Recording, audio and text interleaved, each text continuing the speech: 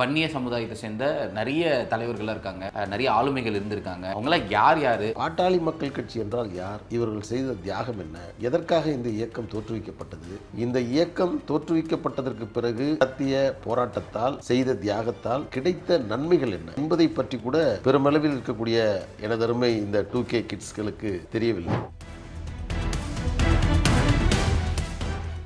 தமிழ்நாட்டில் சுயமரியாதையை, மூட நம்பிக்கையை, சமூக நீதியை முதலில் பேசியவர் தந்தை பெரியார் என்று நாம் எல்லோரும் பேசிக் கொண்டிருக்கிறார்கள். ஆனால் தந்தை பெரியாரே சொன்னது, எனக்கு முன்பாகவே சமூக நீதியை, மூட நம்பிக்கையை பற்றி தமிழ்நாட்டில் பேசியவர் அத்திப்பாக்கம் வெங்கடாசல நாயக்கர்.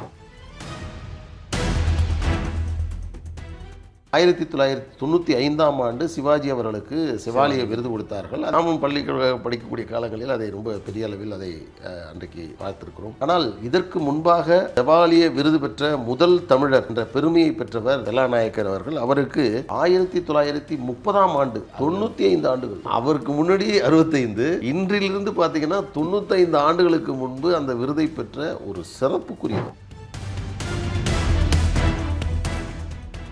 சார், நேயர்களுக்கு வன்னியர் சமுதாயத்தில் மிகப்பெரிய தலைவர்கள், மிகப்பெரிய ஆளுமைகள்லாம் இருந்திருக்காங்க.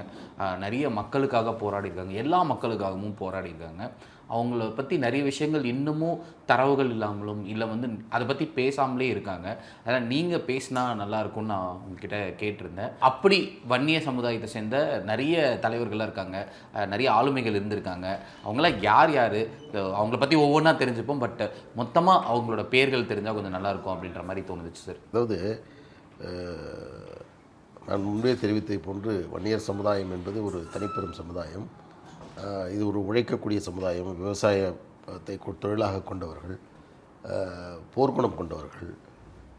இந்த சமுதாயம் எந்த நிலையில் இருக்கிறது என்பதை வெளிக்கொண்டு வருவதற்காக மருத்துவர் ஐயா அவர்கள் மேற்கொண்ட முயற்சியின் காரணமாக 1987 நடத்தப்பட்ட சாலை மறியல் போராட்டம்தான் ஒட்டுமொத்த தமிழக மக்களும், இந்தியாவில் இருக்கக்கூடிய மக்களும் இந்த சமூகத்தினுடைய பின்னணியை பற்றி தெரிந்து கொள்ளக்கூடிய நிலை ஏற்பட்டது. 87 நடத்தப்பட்ட சாலை மறியல் போராட்டத்தில் கலந்து கொண்ட பல முன்னணி தலகர்த்தர்கள், அந்த தியாகிகள், அந்த குடும்பத்தை சார்ந்தவர்கள் இன்றைக்கும் தமிழகத்தில் பெருமளவில் இருந்து கொண்டிருக்கிறார்கள். ஆனால் இந்த 20K கிட்ஸ் என்று சொல்லக்கூடிய 2Kவா, அதுவே எனக்கு சொல்ல தெரியல. 2K கிட்ஸ், அந்த 2K கிட்ஸ் இருக்கு, அவங்க பாருங்கள். அதற்கு பிறகு பிறந்தவர்களுக்கு பாட்டாளி மக்கள் கட்சி என்றால் யார்? இவர்கள் செய்த தியாகம் என்ன? எதற்காக இந்த இயக்கம் தோற்றுவிக்கப்பட்டது? இந்த இயக்கம் தோற்றுவிக்கப்பட்டதற்கு பிறகு நடத்திய போராட்டத்தால் செய்த தியாகத்தால் கிடைத்த நன்மைகள் என்ன என்பதை பற்றி கூட பெருமளவில் இருக்கக்கூடிய எனதருமை இந்த 2K கிட்ஸ்களுக்கு தெரியவில்லை. இது ஒரு பெரும் சமுதாயம். ஆச்சரியப்படக்கூடிய பல்வேறு தலைவர்கள் இந்த சமுதாயத்திலே பிறந்திருக்கிறார்கள். இன்றைக்கு மருத்துவர் ஐயா அவர்கள் நடத்திய தியாகத்தை கூட நினைக்கக்கூடிய அளவிற்கு இவர்கள் இல்லை. ஆனால் இதற்கு முன்பாக, சுதந்திர போராட்டத்திற்கு முன்பாக தமிழகத்தில் பல்வேறு தலைவர்கள் இந்த சமுதாயத்தில் வாழ்ந்திருக்கிறார்கள், பல்வேறு சாதனைகளை நிகழ்த்தியிருக்கிறார்கள். குறிப்பாக மூட நம்பிக்கைகளை ஒழித்த அத்திப்பாக்கம் வெங்கடாசல நாயக்கர், அவர் நிறைய தலைவர்கள் இருக்காங்க, ஒருத்தரை பற்றியும் ஒரு நாளைக்கு நம்ம பேசலாம். அதில் அத்திப்பாக்கம் வெங்கடாசல நாயக்கர் என்று நான் ஆரம்பிப்பதற்கு முக்கிய காரணம், தமிழ்நாட்டில் சுயமரியாதையை, மூட நம்பிக்கையை, சமூக நீதியை முதலில் பேசியவர் தந்தை பெரியார் என்று நாம் எல்லோரும் பேசிக் கொண்டிருக்கிறார்கள். ஆனால் தந்தை பெரியாரே சொன்னது, எனக்கு முன்பாகவே சமூக நீதியை, மூட நம்பிக்கையை பற்றி தமிழ்நாட்டில் பேசியவர் அத்திப்பாக்கம் வெங்கடாசல நாயக்கர். அவருடைய படைப்புகள் கிடைத்தால் பெரியார் திடலுக்கு கொண்டு வந்து கொடுக்க வேண்டும் என்று விடுதலை இதில் தனி ஒரு விளம்பரமே அவர் செய்தார். அந்த அளவிற்கு அவர் இந்த மூடநம்பிக்கையை எதிர்த்து போராடியவர், அதற்காக பாடுபட்டவர் அத்திப்பாக்கம் வெங்கடாசல நாயக்கர். அதே போன்று அஞ்சலை அம்மாள், இப்பொழுது பெருமளவில் எல்லோரும் பேசிக்கொண்டிருக்கக்கூடிய ஒருவர் கோபால் நாயக்கர், மறைந்த கோபால் நாயக்கர். அண்ணாசாமி நாயகர், இவர் யார் என்றால் 1988 வன்னியகுல சத்திரிய மகாசங்கத்தை தோற்றுவிப்பதற்கு காரணமாக இருந்தவர். அவர் எல்லோரையும் அழைத்து அது ஒரு பெரிய அவரை பற்றி பேச வேண்டுமென்றால் அது தனியாக ஒரு நாளைக்கு பேசலாம். அப்படிப்பட்டவர். அதே போன்று ஆறுமுக நாயகர், அவரும் நாம் பேச வேண்டிய மிக முக்கியமான ஒருவர். அதே போன்று மதிய உணவு திட்டம் என்று சொன்னால் இலவச மதிய உணவை முதலில் கொடுத்தவர் எம்ஜிஆர் என்று எல்லோரும் நாம் பேசுகிறோம். ஆனால் இவருக்கு முன்பாகவே மதிய உணவை, இலவச மதிய உணவை இந்தியாவிலேயே முதலில் தமிழ்நாட்டில் அறிமுகப்படுத்தியவர் ராசிநாயகர். இவர் மதிய உணவு திட்டத்தை முதலில் தொடங்கி வைத்தவர் என்ற பெருமையை பெற்றவர் அவர். அதே போன்று அர்த்தநாரீச வர்மா, அவரும் பேசப்பட வேண்டிய, நாம் நினைவு கூற வேண்டிய ஒரு மிக முக்கியமானவர். பாலபத்திரர், கந்தசாமி கண்டர், அவர் தொடங்கிய கல்லூரி இன்றும் நடைபெற்று கொண்டிருக்கிறது. கல்விக்காக பெரும் புரட்சியை மேற்கொண்டவர். அதே போன்று இன்னொரு மிக முக்கியமானவர் ஒரு வழக்கறிஞர் செல்லா நாயக்கர். இவர் செவாலியர் விருது பெற்றவர். தமிழ்நாட்டில் யார் என்று கேட்டால் உடனே சொல்லிட்டீங்க. ஆனால் இவருக்கு முன்பாகவே செவாலிய விருது பெற்ற முதல் தமிழர் என்ற பெருமையை பெற்றவர் மறைந்த செல்லா நாயக்கர். இவர் புதுச்சேரியை சார்ந்தவர். இவரை பற்றியும் நாம் அறிந்து கொள்ள வேண்டும். அதே போன்று 1000 காணி ஆள வந்தார். இன்றைக்கி 1000 காணி நிலங்களை சென்னை மற்றும் காஞ்சிபுரம் பகுதியில் இருக்கக்கூடிய வளமான நிலங்களை அன்றைக்கு வாரி வழங்கியவர் 1000 காணி ஆள வந்தார். வள்ளல் எட்டியப்ப நாயக்கர், கல்வி புரட்சி இது செய்த பச்சையப்பன் கல்லூரி வருவதற்கு முன்பாகவே கல்லூரியில் உருவாக்கிய கோவிந்தப்ப நாயக்கர்,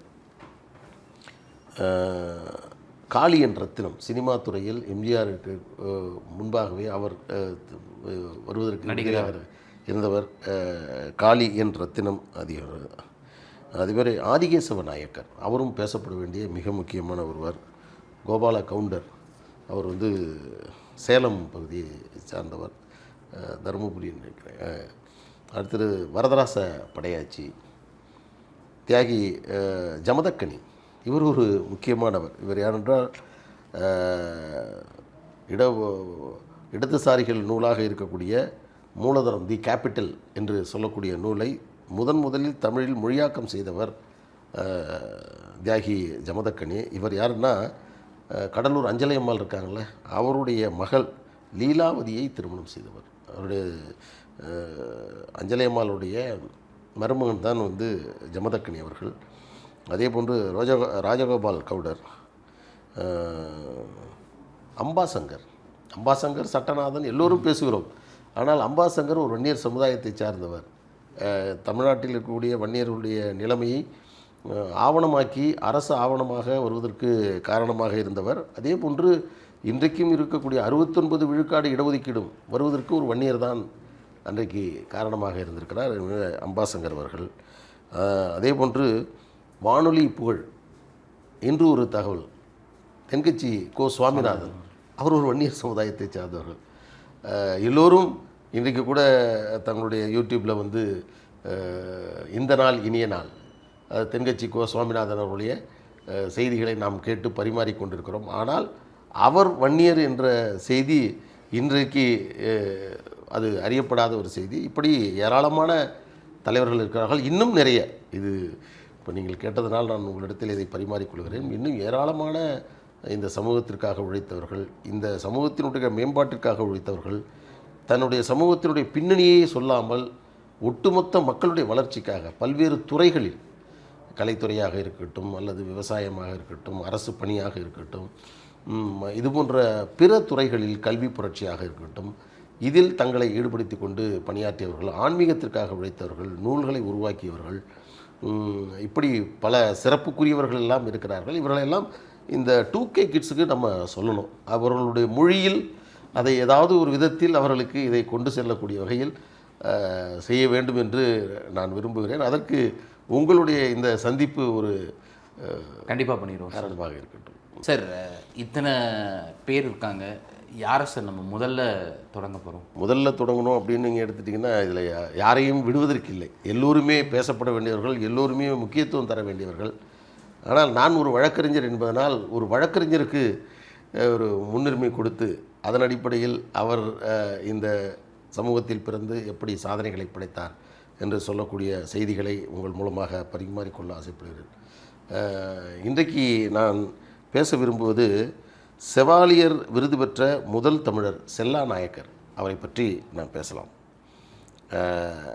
தமிழ்நாட்டில் செவாலியர் விருது பெற்றவர் என்று சொன்னால் அது வந்து சிவாஜி கணேசன் அவர்கள் தான் என்று தெரியும். அவருக்கு இது வந்து பிரான்ஸ் நாட்டில் கொடுக்கக்கூடிய மிக உயரிய விருது.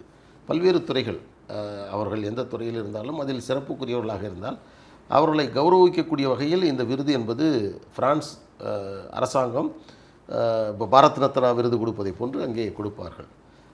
1995ஆம் ஆண்டு சிவாஜி அவர்களுக்கு செவாலிய விருது கொடுத்தார்கள். அதில் நாமும் படிக்கக்கூடிய காலங்களில் அதை ரொம்ப பெரிய அளவில் அதை அன்றைக்கு பார்த்திருக்கிறோம்.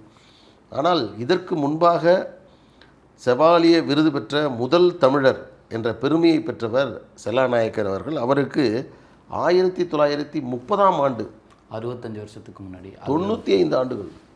இப்போ 95 ஆண்டுகள். அப்போ அவருக்கு முன்னாடி 65, இன்றிலிருந்து பார்த்திங்கன்னா 95 ஆண்டுகளுக்கு முன்பு அந்த விருதை பெற்ற ஒரு சிறப்புக்குரியவர். அவர் ஒரு சாதாரண மனிதர் அல்ல. செவாலிய விருது பெற்ற அந்த செல்லா நாயக்கர் ஒட்டுமொத்த தமிழகத்தில் இருக்கக்கூடிய வழக்கறிஞர்களும் நீதித்துறை சார்ந்தவர்களும் தமிழகத்தில் இருக்கக்கூடிய அத்தனை மக்களும் போற்றப்படக்கூடிய ஒரு நபர். புதுச்சேரியில் இவருக்காக என்று ஒரு சிறப்பாக ஒரு தினத்தையே செல்லா நாயக்கர் தினமாகவே புதுச்சேரியில் கொண்டாடப்பட வேண்டிய சிறப்புக்குரிய நபர் அவர். அவர் செய்த காரியங்களெல்லாம் நீங்கள் பார்த்தீர்கள் என்று சொன்னால் பிரமிச்சு போயிடுவோம். அப்படிப்பட்ட செல்லா நாயக்கர் அவர்கள், அவர் வந்து புதுச்சேரியை சார்ந்தவர். அந்த புதுச்சேரியில் இவரை பற்றி ஒரு சின்ன குறிப்பு. பிரான்ஸு அரசாங்கம் புதுச்சேரிக்கு ஒரு ஆளுநரை, ஏன்னா புதுச்சேரியினுடைய கட்டுப்பாட்டில், பிரான்ஸினுடைய கட்டுப்பாட்டில் புதுச்சேரி இருக்கிறது. ஆளுநர் அங்கேருந்து நியமிக்கப்பட்டு அனுப்புகிறார் என்று சொன்னால் உடனடியாக நான் என்ன செய்யணும் என்று அங்கே இருக்கக்கூடிய உயர் அதிகாரியும், ஒன்றும் வேண்டாம், நீ நேராக போய் புதுச்சேரியில் இறங்கி அங்கே செல்லா நாயக்கர்னு ஒருத்தர் இருப்பார், அவர்கிட்ட போய் நான் புதுச்சேரிக்கு என்ன செய்யணும் அப்படின்னு நீ கேளு, அத்தனையும் அவர் சொல்லுவார். அவர் சொல்வதை மட்டும் நீ செய்யி, நீ ஒரு சிறந்த ஆளுநராக புதுச்சேரியில் இருக்கலாம் என்ற ஆலோசனையின் அடிப்படையில் தான் வருவார்கள். புதுச்சேரிக்கு புதிய ஆளுநர் வந்துவிட்டால் புதுச்சேரி பகுதியில் இருக்கக்கூடிய பெரும் செல்வந்தர்கள், பெரும் பண முதலாளிகள், தொழிலதிபர்கள், இவர்களெல்லாம் பெரும் வாகனத்தில், அவர் விலையுயர்ந்த கார் போன்ற வாகனத்தோடு சென்று அந்த கவர்னரை சந்தித்து அவரிடத்தில் தங்களை அறிமுகப்படுத்தி கொண்டு வருவதை இயல்பாக கொண்டிருந்தார்கள். ஆனால் அந்த கவர்னர் அங்கே வந்த பிறகு அவர் செல்லா நாயக்கருடைய வீட்டிற்கு அவருடைய அரச படைகளோடு, அவருடைய அதிகாரிகளோடு வந்து முதலில் சந்திப்பதை வழக்கமாக கொண்டிருக்கக்கூடிய அளவிற்கு மிகச்சிறந்த ஒரு நபராக அவர் வந்து திகழ்ந்திருக்கிறார். கவர்னர் சரட்டு வண்டியில் அல்லது அக்காலத்தில் இருந்த உயர்ந்த காரிலோ சட்டமேதை செல்லா நாயக்கர் வீட்டிற்கு செல்வார்கள் என்று சொல்லப்படுகிறது. இவர் அந்த பகுதியில் பல, என்ன சொல்லப்போனால் புரட்சி கவிஞர் பாரதிதாசன் இருக்கார்ல, அவருக்கு ஒரு சட்ட ஆலோசகராகவே அவர் வந்து அங்கே இருந்திருக்கிறார். அந்த பகுதியில் இருக்கக்கூடிய ஒடுக்கப்பட்ட மக்கள், அனைத்து மக்களுக்கு சட்ட விழிப்புணர்வை ஏற்படுத்தக்கூடிய பணியை அவர் செய்திருக்கிறார். அவருடைய பணிகளில் வழக்கறிஞர் தொழிலுக்கு ஏன் படிக்க வேண்டும் என்று இவர் விரும்பினார், அதற்கு ஒரு பின்னணி சொல்லப்படுகிறது. இவர் ஒரு உயர்கல்வியை அந்த பகுதியிலே இருந்து படித்து வருகிறார். அப்பொழுது இவர் மீதும் இவருடைய சகோதரர் மீதும் ஒரு பொய் வழக்கு போடப்படுகிறது. அதற்கு ஒரு தண்டனை புதுச்சேரி நீதிமன்றத்தால் வழங்கப்படுகிறது. அதை எதிர்த்து பிரான்ஸ் நீதிமன்றத்துக்கு மேல்முறையீடு செய்து அதில் விடுதலையாகிறார். இந்த வழக்கின் காரணங்களுக்காக நீதிமன்றங்களுக்கு செல்வது, வழக்கறிஞரை சந்திப்பது, காத்து கிடப்பது, அதன் மூலமாக நாமும் இதை படிக்க வேண்டும் என்ற அடிப்படையில் தான் அவர் சட்டப்படிப்பை படிக்க வேண்டும் என்று முடிவு செய்து படிக்கிறார். அதில் பக்லோரியா என்ற பட்டப்படிப்பை தேர்ச்சி பெறுகிறார் எங்கள் புதுச்சேரியில். அதற்கு பிறகு வைசன்சி என்த்ராய், இது எல்லாமே ஃப்ரெண்ட்ஸ் வேர்டு, அதனால் எனக்கு சரியாக சொல்ல வரல. அதாவது இந்த படிப்பையும் அவர் முடிக்கிறார். இதை முடித்த பிறகு முதல் மூத்த வழக்கறிஞர் என்ற அந்தஸ்தையும் இவர் பெறுகிறார். எப்படின்னா, காஸ்டன் பெரிரே என்ற சீனியர் வழக்கறிஞர் தகுதியை இவர் வந்து 1916 புதுச்சேரியிலிருந்து பிரான்ஸ் அரசாங்கத்தால் பெற்று இந்த பகுதியில் வழக்கறிஞராக பணியாற்றி வருகிறார். பல செய்திகள், சுயமரியாதை சுடராக இருக்கக்கூடிய தந்தை பெரியாரை அழைத்து புதுச்சேரியில் பல்வேறு நிகழ்ச்சிகளை அவர் வந்து நடத்தியிருக்கிறார். பல தேர்தல்களில் நின்று அவர் வெற்றி பெற்று அந்த பகுதி மக்களுக்கு சேவையாற்றியிருக்கிறார். சுதந்திர போராட்ட வீரராக புதுச்சேரி பகுதியில் பாடுபட்டிருக்கிறார். அதில் குறிப்பாக இந்தியா சுதந்திரம் பெற்றிருந்தாலும் கூட இந்தியாவுடன் புதுச்சேரியை இணைக்க வேண்டும், அதற்காக ஒரு குழு ஒன்று உருவாக்கப்படுகிறது. இப்போ இந்தியா புதுச்சேரி இணைப்பு குழு என்று ஒன்று உருவாக்குறால் அதனுடைய தலைவராக இவர் செயல்பட்டு அதற்காக பாடுபடுகிறார். அப்போது சுதந்திர போராட்டத்திற்காக போராடுகிறார். அந்த புதுச்சேரியை இந்தியாவுடன் இணைக்க வேண்டும் என்பதற்கான அந்த இணைப்பு குழுவினுடைய தலைவராக இருந்து பாடுபட்டு கொண்டிருக்கிறார்.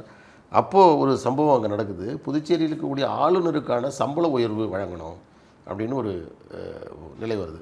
அப்போது இவர் நீதிமன்றத்தில் ஒரு வழக்கை தொடுத்து சம்பள உயர்வு கூடாது, இது இப்பொழுது இருப்பது போதுமானது என்று வாதாடி அந்த சம்பள உயர்வை ரத்து செய்கிறார். பிரான்ஸ் அரசாங்கம் இவர் செல்லாநாயக்கர் சொல்வது சரி என்று சொன்ன பிறகு அப்பொழுது இருந்த ஒரு ஆளுநர் இவர் மீது கோபம் கொண்டு இவர் மீது பெரும் நடவடிக்கை எடுக்கிறார். இவருக்கு கொலை முயற்சி நடக்கப்படுது.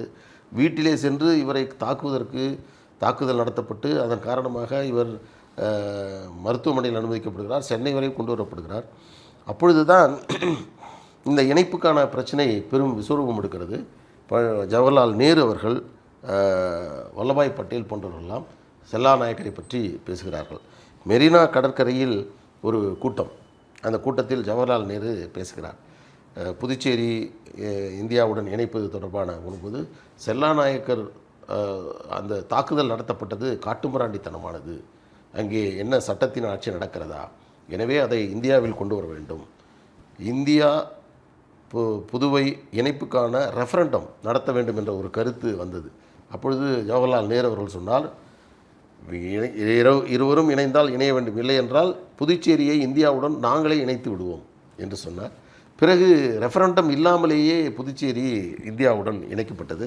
அப்பொழுது நேரு அவர்கள் சொன்னார்கள், நீங்கள் வந்துட்டீங்க, அதனால் நீங்கள் வந்து முதல் அந்த புதுச்சேரி இதுக்கு நீங்கள் அரசு வழக்கறிஞராக, தலைமை வழக்கறிஞராக இந்த பொறுப்பை நீங்கள் ஏற்றுக்கொள்ள வேண்டும் என்று சொன்னபோது ஒரு நிபந்தனையை செல்லாநாயக்கர் வைக்கிறார். என்னவென்றால், நான் ஏற்றுக்கொள்கிறேன், ஆனால் ₹1 கட்டணம் இல்லாமல் நான் அதற்கு கட்டணம் பெறாத ஒரு அரசு வழக்கறிஞராக பணியாற்றுவதற்கு நான் உடன்படுகிறேன் என்று சொல்லி, அன்றைக்கு அரசு வழக்கறிஞராக இருந்த பெருமைக்குரியவர் தான் செல்லாநாயக்கர் அவர்கள். புரட்சி கவிஞர் பாரதிக்கு உதவியாக இருந்தவர். அந்த பகுதியில் இருக்கக்கூடிய பெரும்பான்மையான வன்னிய சமுதாய மக்களுடைய வாழ்வியல் உயர்வுக்காக போராடியவர். அதோடு மட்டுமல்ல, புதுவை மக்களுக்காக போராடியவர். ஏழை எளியவர்களுக்கு சட்ட விழிப்புணர்வு ஆலோசனை வேண்டும் என்ற அடிப்படையில் போராடியவர். நாடக ஆசிரியராக இருந்து அந்த பகுதியில் நாடக கலையை வளர்ப்பதற்கு காரணமாக இருந்தவர்.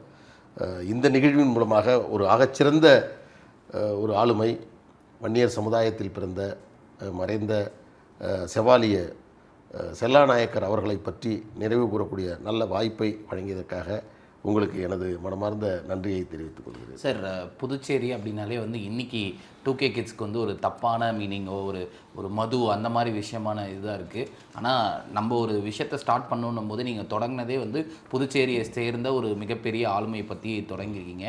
ஸோ நிறைய 2K கிட்ஸ்க்கும் இல்லை 90களில் பிறந்தவங்களோ 80களில் பிறந்தவங்களோ இல்லை ரொம்ப நாளாக வன்னியர் சங்கத்தில் இருந்தவங்களுக்கு கூட இந்த விஷயங்கள்லாம் தெரியுமா தெரியாதான்னு தெரியல. பட் நிறைய பேருக்கு இது போய் சேரும் நான் நம்புகிறேன். ரொம்ப நன்றி சார். இன்னும் சுவாரஸ்யமான பல்வேறு செய்திகளோடு அவசியமான நாம் தெரிந்து கொள்ள வேண்டிய தெரிந்து கொள்ள தவறிய பல்வேறு செய்திகளை நாம் உங்கள் மூலமாக பகிர்ந்து கொள்வோம். நன்றி, வணக்கம். நன்றி சார்.